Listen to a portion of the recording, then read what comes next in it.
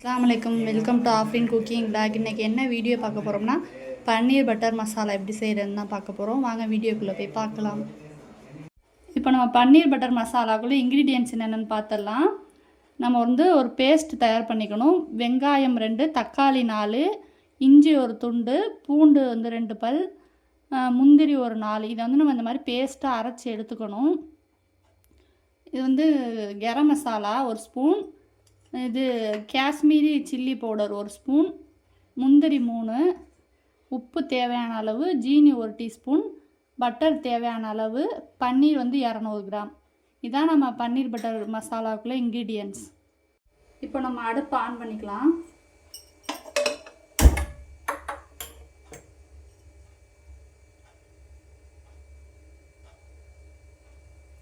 இப்போ இதில் நம்ம பட்டர் ஆட் பண்ணிக்கலாம்.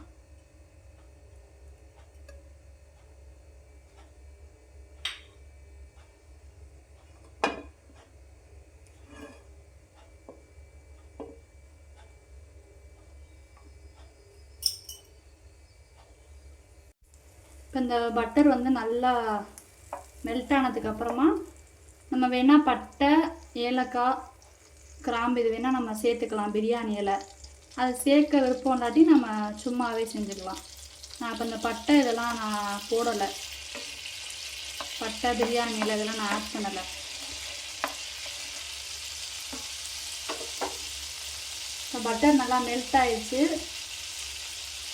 இப்போ நம்ம அரைச்சி வச்சுருந்த இந்த பேஸ்ட்டை நம்ம ஊற்றிக்கலாம்.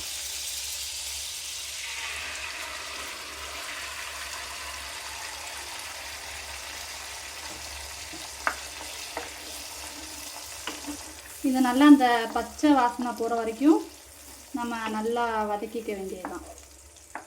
இப்போ நம்ம கரம் மசாலா போட்டுக்கலாம்.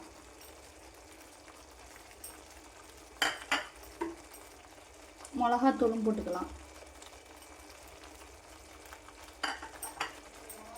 ஜீனி கொஞ்சம் தேவையான அளவு, ஏன்னா அந்த புளிப்பு அதிகமாக இருக்கும், அதனால ஜீனி போட்டுக்கிட்டோம்னா புளிப்பு அதிகமாக இருக்காது. தேவையான அளவு உப்பு.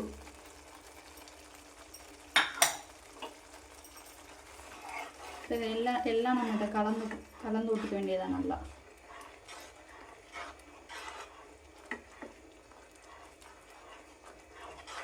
நம்ம கலருக்காக தான் red chilli powder, Kashmiri red chilli powder சேர்த்துக்கிறோம். அப்போ தான் நல்லா கலர் கொடுக்கும். இதில் வேணால் நீங்கள் லைட்டாக தண்ணி ஊற்றிக்கலாம், இல்லை தண்ணி ஊற்றாமலும் பண்ணிக்கலாம். இதை அப்படியே இப்போ நம்ம மூடி வச்சுட்டு கொஞ்சம் நேரம் கழித்து நம்ம பன்னீரை சேர்த்துக்கலாம்.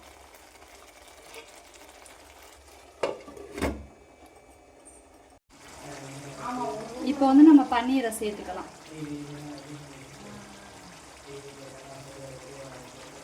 நம்மளுக்கு வேணுங்கிற சைஸில் நம்ம கட் பண்ணிக்கலாம்.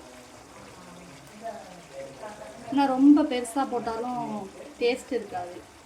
நம்மளுக்கு எப்படி நம்ம க்யூப் தேவையோ அந்தளவுக்கு நம்ம கட் பண்ணி சேர்த்துக்கலாம். இது சப்பாத்தி, தோசை, இட்லி, புரோட்டா எல்லாத்துக்குமே நம்மளுக்கு சூப்பராக இருக்கும். ரைஸுக்குமே வச்சு சாப்பிடலாம்.